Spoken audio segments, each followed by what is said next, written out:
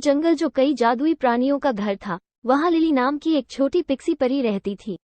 वह नन्ही सी थी और उसके नाजुक पंख थे जो सूरज की रोशनी में चमकते थे।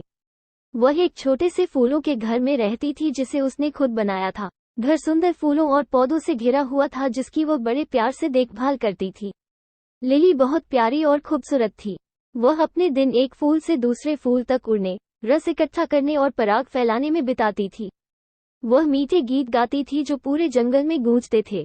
उसका संगीत इतना सुंदर था कि जंगल के सभी प्राणी उसकी जादुई आवाज सुनने के लिए रुक जाते। एक दिन अलेक्जेंडर नाम का एक युवा राजकुमार जंगल से गुजर रहा था। जब उसने लिली का सुंदर गाना सुना तो हैरान रह गया। राजकुमार ने आवाज का पीछा किया तो उसकी नजर लिली पर पड़ी।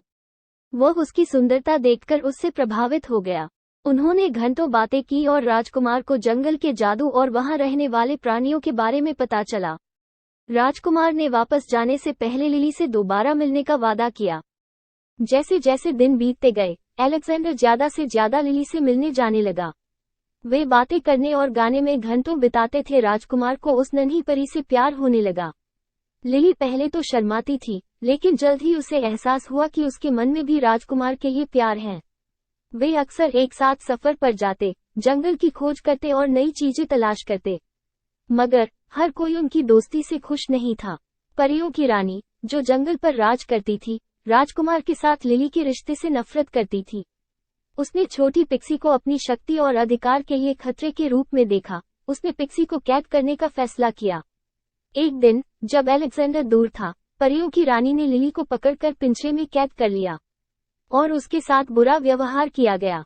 रानी ने लिली को धमकी देते हुए कहा कि अगर वह राजकुमार से दूर नहीं रहेगी तो उसे कड़ी सजा दी जाएगी। लिली का दिल टूट गया।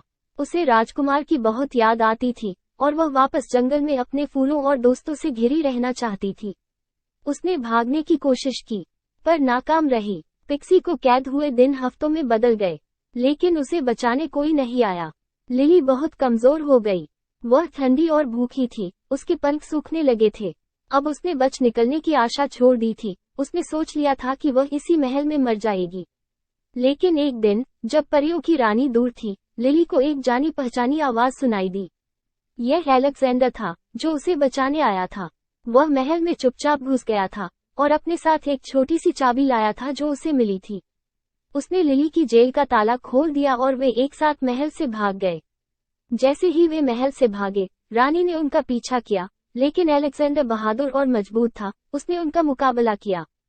आखिरकार वे लिली के फूल वाले घर में वापस पहुंचे, जहां वह थककर और कमजोर होकर गिर पड़ी। अलेक्जेंडर ने लिली के घावों पर मरहम लगाया और पूरे दिल से उसकी देखभाल की। उसने वादा किया कि वह उसे फिर कभी कोई नुकसान नहीं पहुंचने देगा और हमेशा उसकी रक्षा करेगा।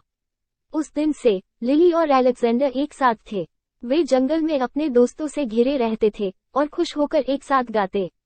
परियों की रानी, उसे एहसास हुआ कि सच्चा प्यार किसी भी जादू से ज्यादा ताकतवर है, और उसने दोनों को हमेशा एक साथ खुश और सुखी रहने की इजाजत दी।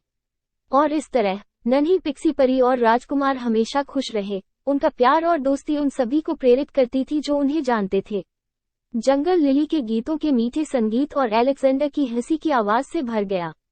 और जब भी जंगल में किसी को मदद की जरूरत होती, लिली और अलेक्जेंडर मदद के लिए वहां मौजूद होते थे। साल बीत गए, राजकुमार और परी एक साथ रहे, एक बार भी एक दूसरे के प्रति अपने प्यार और समर्पण को नहीं भूले। वे एक साथ बूढ़े हो गए, और जैसे जैसे उनके शरीर कमजोर होते गए, उनका प्यार और भी मजबूत होता